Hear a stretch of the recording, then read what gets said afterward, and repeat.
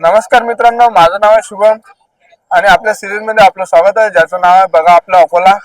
तर आज आपण आलो राजराजेश्वर मंदिरात. राजराजेश्वर मंदिर एक मंदिर नाही तर एक अकोल्याची ओळख आहे. सर्वात पहिले आता आपण पाय धुवून घेऊ. पाय धुतल्यानंतर आता आपण मंदिरात प्रवेश करणार.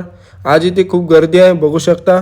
शेकडो वर्षांची श्रद्धा, राजांचा राजा राजराजेश्वर महादेव. सध्या इथे आरती चालू आहे. रात्रभर इथे पूजा चालू असते. श्रावण महिना, महाशिवरात्री, त्याच्यानंतर दर सोमवारी इथे पूजा असते. या बाजूलाच गणपती मंदिर आहे. इथे लाखो लोक प्रसाद घेतात आणि वाटतात पण.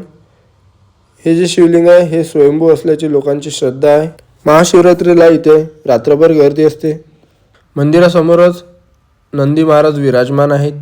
मंदिराची रचना ही साधी आणि प्रभावी आहे. काळानुसार मंदिराचा जीर्णोद्धार करण्यात आला, पण मूळ श्रद्धास्थान कायम ठेवले. बाजूलाच देवीचे मंदिर आहे आणि मूर्ती पण खूप सुंदर आहे, तुम्ही बघू शकता.